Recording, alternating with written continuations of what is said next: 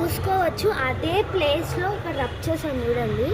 అది video stop అయిపోయింది కాబట్టి మీకు తెలియలేదు, మొత్తం పోయిందనమాట.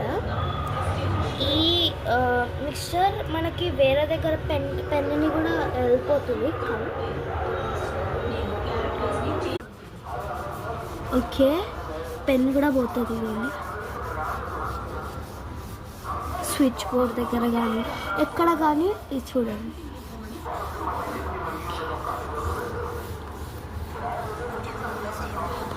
ఓకే, ఇక్కడ చూడండి నీట్గా పోయింది. చూసారా, ఇక్కడ కొంచెం వాటర్ ఎండిపోతే నీట్గా కనిపిస్తుంది అనమాట. చూడండి,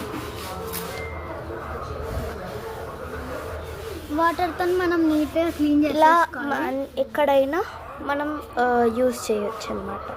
ఈ ట్రిక్ కనుక మీకు నచ్చినట్టయితే లైక్, షేర్ అండ్ సబ్స్క్రైబ్.